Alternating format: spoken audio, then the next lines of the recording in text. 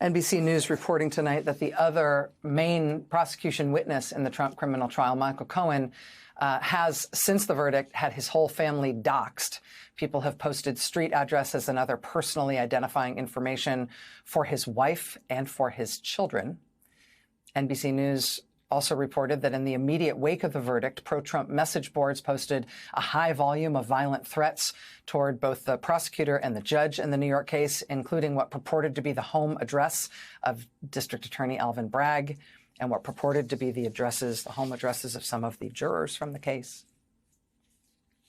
This is what it's like for people who are part of the legal system when the legal system is getting Donald Trump in trouble. And this is an ongoing thing. This is not going away. There's lots of pending cases against Trump. And these threats and the harassment and intimidation of people who are involved in the legal system, people who are witnesses, jurors, prosecutors, judges, court personnel, Trump, encourages it indirectly every time he makes individual people in these legal proceedings a personal target for his criticism and vitriol, and often his lies. He's never, ever discouraged his supporters from mounting the kind of harassment and intimidation campaigns that they have against everyone involved in these cases, including like the court clerks and the family members of the judges and the witnesses themselves and their families too. And it's every time, right? It's not just this current case. Last summer, Trump supporters circulated the purported names and photographs and home addresses of the grand jury, members of the grand jury in Fulton County, Georgia, after that grand jury voted to indict Trump there. This year, before Trump was convicted, in March and April, Reuters counted at least 152 posts on 3 pro-Trump websites urging the beating or killing of Judge Merchan or Judge Engoron in New York or Judge McAfee in Georgia. One January 6 convict who has already served his prison sentence for taking part in the Trump mob attack on Congress. He posted on Twitter a photo of prosecutor Alvin Bragg and a noose. It is terrorizing to the people involved in these cases. And it is systemic. They do it to all of them with all of the cases.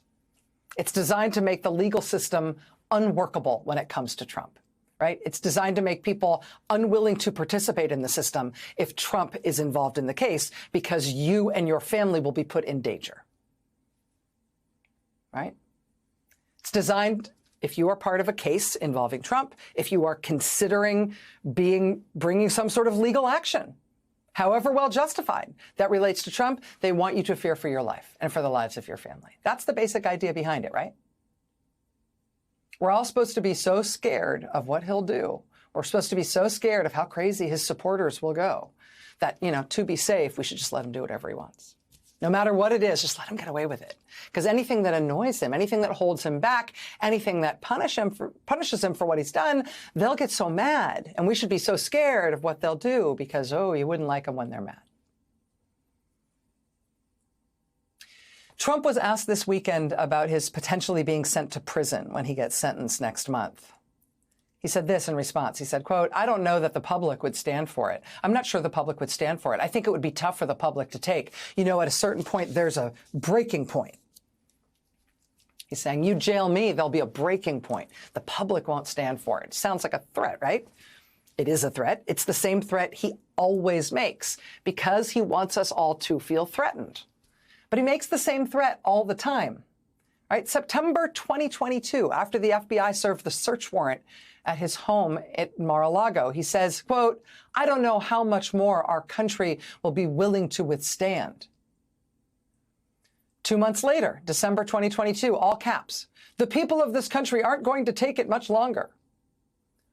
Then he was asked on a radio show about the possibility of him being criminally indicted. He said, "I think if it happened, I think you'd have problems in this country, the likes of which we've never seen before. I don't think the people of the United States would stand for it. I think they'd have big problems.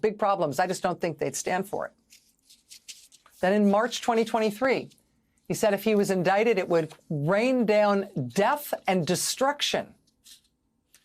That he said would be, quote, "catastrophic for our country." Death and destruction if he were indicted. Then he was indicted.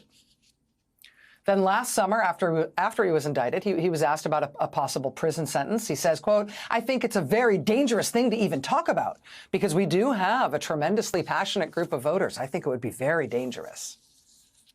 Very, very dangerous." So yeah, now he's threatening again that there's going to be catastrophic Civil War level violence if anything bad happens to him, like an indictment, which has happened 4 times, like an arraignment, which has happened multiple times, like a conviction, which has happened 34 times, like a potential prison sentence, which, stay tuned. At every step of the way, he has made the same threat.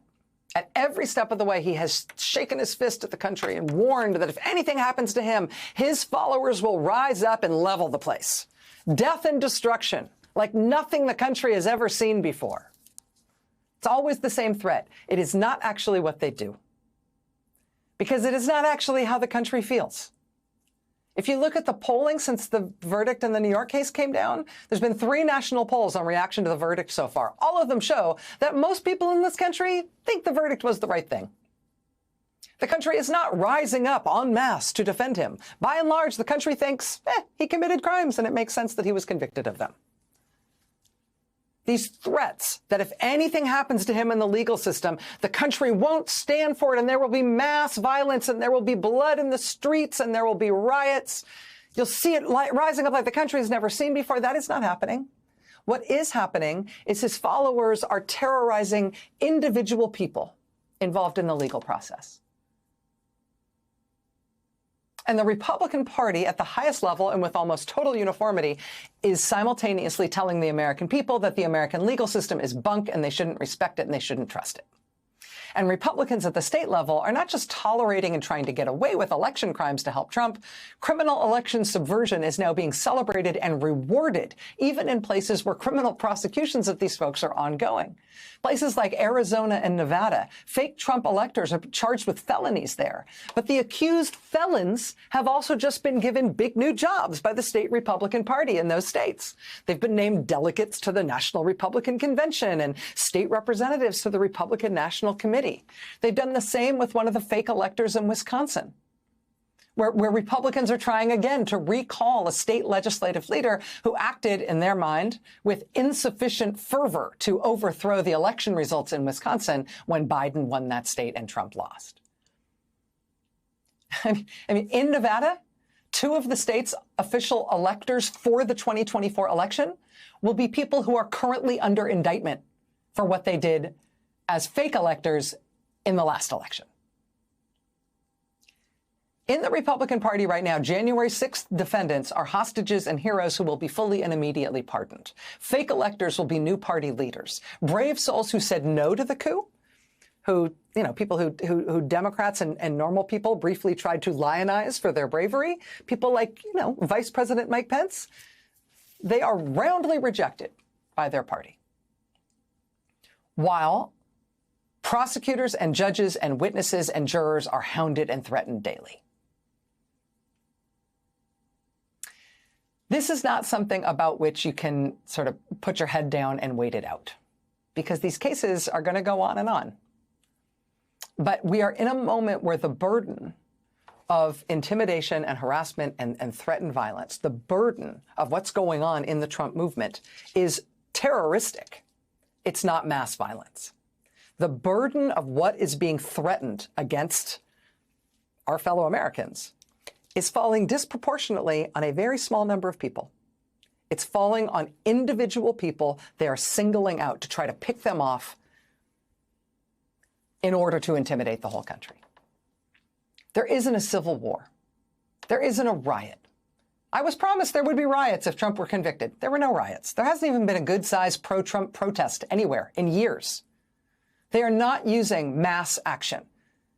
They are using targeted harassment and threats towards specific people to try to cow all of us, to make us all scared of anything that holds Trump to account and punishes him for committing crimes, right? And so the solution to that is not rocket science, right? It's not complex. It's like a couple of things, right? Fairly obviously. 1, we vociferously defend more than we have been the people who are being intimidated and harassed and threatened, both because they deserve that as human beings, but also because they are standing in for all of us. This small number of people is being attacked in order to make all of us afraid, so that we as a country will change our behavior, so that we will, in the words of Tim Snyder's book on tyranny, we will obey in advance. So we will cower and try to make sure we only do things that make Trump happy, because we're so scared of the response. There are individual people who are bearing the brunt of terroristic intimidation by the pro-Trump movement that is designed not only to ruin those people's lives and get retribution against them, but to scare all of us, that it could happen to any of us. It could happen to all of us. If we don't stand up for those people, that will become a self-fulfilling prophecy. So that's one. Stand up for those people and protect those people better than we have been. Recognize that they are small in number and they can all be protected. That's one. Second, don't cower, right? If that means there are going to be yet more federal charges brought, and there might be, we should not cower about the prospect that Trump and his supporters will get mad if Trump is held to account. Yes, they'll be mad. That's their problem. More federal charges may yet be brought if that is where that investigation leads. If so, so be it. There's no reason anybody should shy away from that. More state charges may yet be brought. There are open investigations, not just in Michigan, but in some of the other states where they have pronounced Trump, for example, to be an unindicted co-conspirator. They have also said the investigation is ongoing. In more states, there may yet be more state charges. If so, if that is where those investigations lead, so be it. There is no reason anyone should shy from that. We are at a moment when the Republican Party says the legal system doesn't work. The criminals are the heroes. Everybody involved in making the legal system work should fear for their lives. Trump says the country will rain down fire if he faces any more legal consequences. The Republican Party is wrong about that, and Trump is wrong about that. Our system is strong. And so we should feel very confident in standing up to protect it. Our system is strong, and so are we.